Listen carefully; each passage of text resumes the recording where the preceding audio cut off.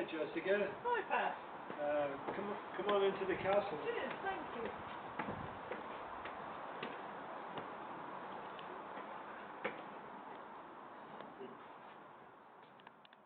So we're here with Pat McAfee to find out about Féile. So Pat, what is Féile?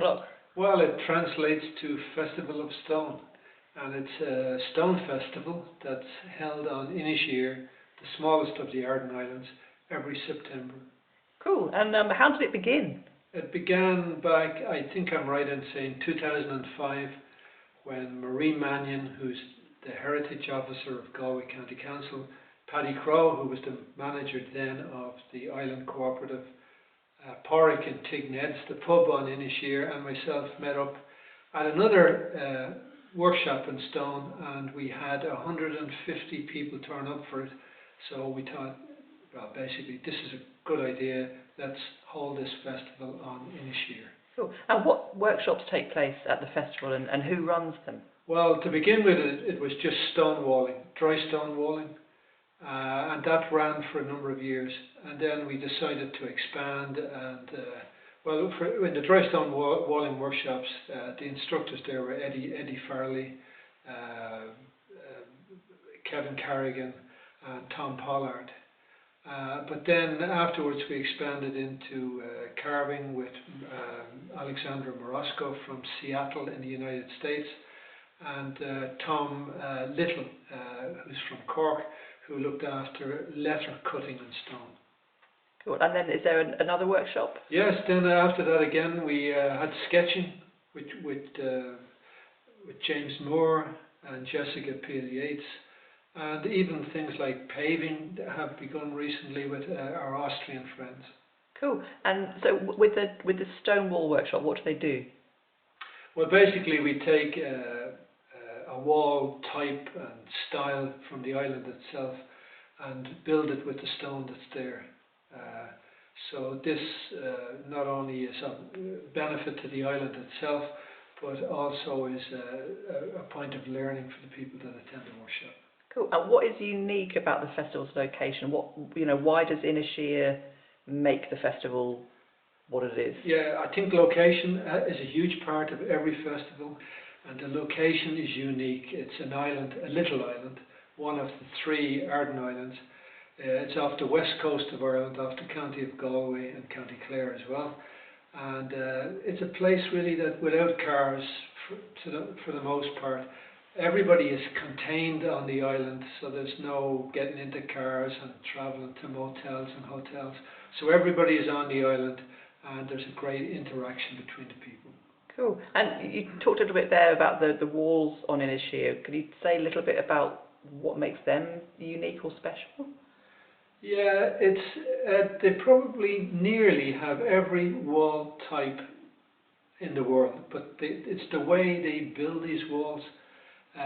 There's some of them are absolutely unique.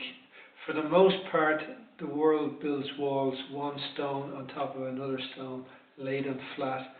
But to a huge extent on the Arden Islands, and also in County Clare on the Burren, they lay stones on edge or on end, which has tremendous advantage when it comes to wind, when it comes to retaining soil, and sometimes we see it in other places where in fact it's very effective where there's flowing water. So this is a strange way for most people to build stone, but there we have it. Big time on Inisheer. Are there other related stone festivals around the world? Yes, there's some great festivals. In the United States we have Stonefest, which is in Preston, which is part of Seattle, and that's held with Maranaka Stone, and Alexandra Morosco, who's our stone carving instructor on Inisheer, is very much part of that. There's the Stone Foundation, which is an organization in the United States, which there's a lot of stonemasons are in that. They hold a festival every year. In Canada, the Dry Stone Walling Association of Canada hold a festival. Used to be Rocktoberfest with John Shaw Remington. Our friends in Austria, Helmut Scheider holds a stone festival called Stein und Wein. in Langenlois, a little village, and they combine stone with a wine festival, which is a great idea altogether. Here, back in Ireland again, we have Tyrconnell Stone Festival in County Donegal, a marvellous festival held there. And in Cork, there's Set in Stone, another good stone festival. You talked earlier about how people learn at the festival through the workshops and whatever. Yeah. Do you want to say a little bit about how learning happens? Yeah, I think this is a huge part of it, and I've been at all of these festivals, and what used to be a regular visitor to them. And it's not so much about the festival or the doing of things. This is a personal opinion. It's about the meeting up of people. So the excuse is we're going to build a wall together. We're going to do something magic together. It needs to be something inspirational. And if it's in an inspirational place, location, that really makes it so it attracts people that otherwise maybe wouldn't come. But when they come, it's the interaction between one another, because a lot of times they're quite experienced people, and so they have a lot to give. And they meet, it's nearly outside the festival or on the edge of the festival. A lot of learning and connections are made, and people go on then to work together, join up together, to share, and I think that's really the magic of all of these festivals. And if you were coming to the festival for the first time, you might not know anything really about stone. What do you think is appealing for someone who's coming for the first time, say? I think you would leave the festival highly motivated. The people that come give of their time and so on. So these are people who are genuinely interested in stone.